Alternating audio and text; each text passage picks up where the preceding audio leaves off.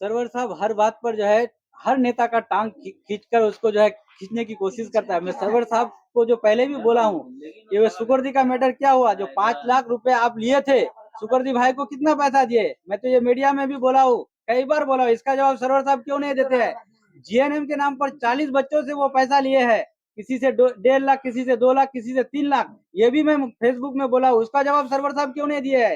ये शाहपुर से लेकर इंडिया पेट्रोल पंप तक जितनी भी जमीन जो है भैंस की जमीन की किना बेची होती है, खरीद फरोख्त किया जाता है, ये सब सरवर साहब की निगरानी में होता है। उसका प्रूफ भी मेरे पास है। इसका जवाब सरवर साहब क्यों नहीं दिया है?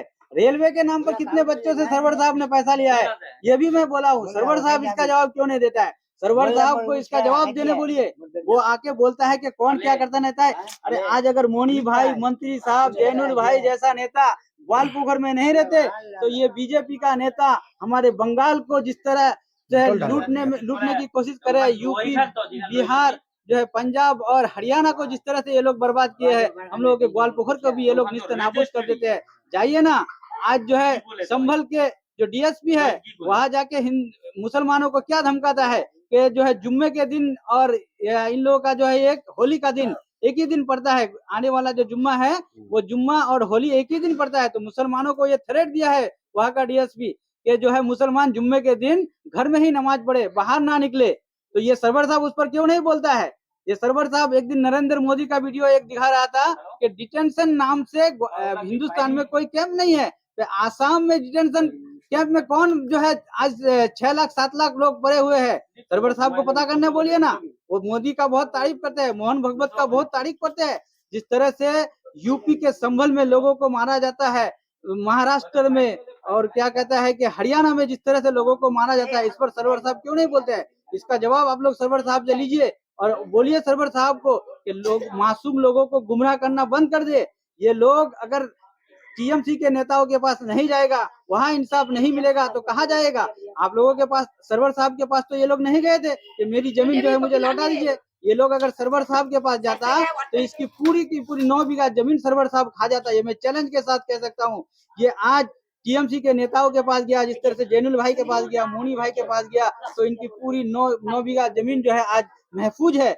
और ये सरवर साहब के पास जाने से ये निस्तनाबूद हो जाता। बस यही कहकर मैं अपनी बात खत्म करता हूँ। सरवर साहब हर बात पर जो है हर नेता का टांग खींचकर उसको जो है खींचने की कोशिश करता है। मैं सरवर साहब को जो पहले भी बोला हूँ, ये वो सुकरदी का मैटर क्या हुआ, जो 5 लाख रुपए आप लिए थे, सुकरदी भाई को कितना पैसा दिए? मैं तो ये मीडिया में भी बोला हूँ, कई बार बोला हूँ, इसका जवाब सरवर साहब क्यों नहीं देते हैं? जीएनएम के नाम पर 40 बच्चों से वो पैसा लिए है, किसी से 1.5 लाख, किसी से 2 लाख, किसी से 3 लाख। ये भी मैं फेसबुक में बोला हूँ, उसका जवाब सरवर साहब क्यों नहीं दिए है? ये शाहपुर से लेकर इंडिया पेट्रोल पंप तक जितनी भी जमीन जो है भैंस की जमीन की किना बेची होती है, खरीद फरोख्त किया जाता है, ये सब सरवर साहब की निगरानी में होता है। उसका प्रूफ भी मेरे पास है। इसका जवाब सरवर साहब क्यों नहीं दिया है? रेलवे के नाम पर कितने बच्चों से सरवर साहब ने पैसा लिया है, ये भी मैं बोला हूँ। सरवर साहब इसका जवाब क्यों नहीं देता है? सरवर साहब को इसका जवाब देने बोलिए।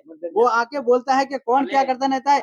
अरे आज अगर मोनी भाई, मंत्री साहब, जैनुल भाई जैसा नेता ग्वालपोखर में नहीं रहते, तो ये बीजेपी का नेता हमारे बंगाल को जिस तरह जो है लूटने की कोशिश करे, यूपी, बिहार, जो है पंजाब और हरियाणा को जिस तरह से ये लोग बर्बाद किए हैं, हम लोगों के ग्वालपोखर को भी ये लोग निस्तनाबूद कर देते हैं।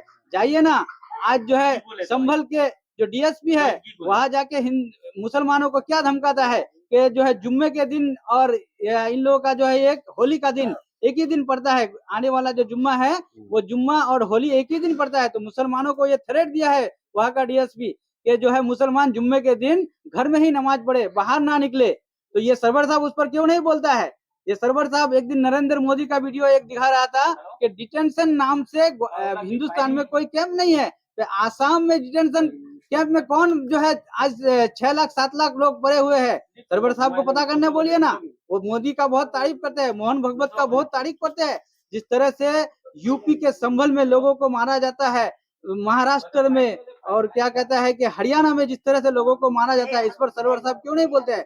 इसका जवाब आप लोग सरवर साहब से लीजिए और बोलिए सरवर साहब को कि लोग मासूम लोगों को गुमराह करना बंद कर दे। ये लोग अगर टीएमसी के नेताओं के पास नहीं जाएगा, वहां इंसाफ नहीं मिलेगा, तो कहाँ जाएगा?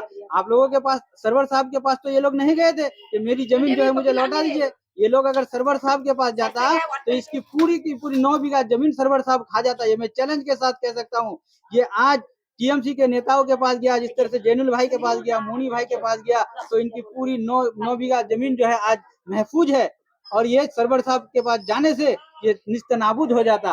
बस यही कहकर मैं अपनी बात खत्म करता हूँ।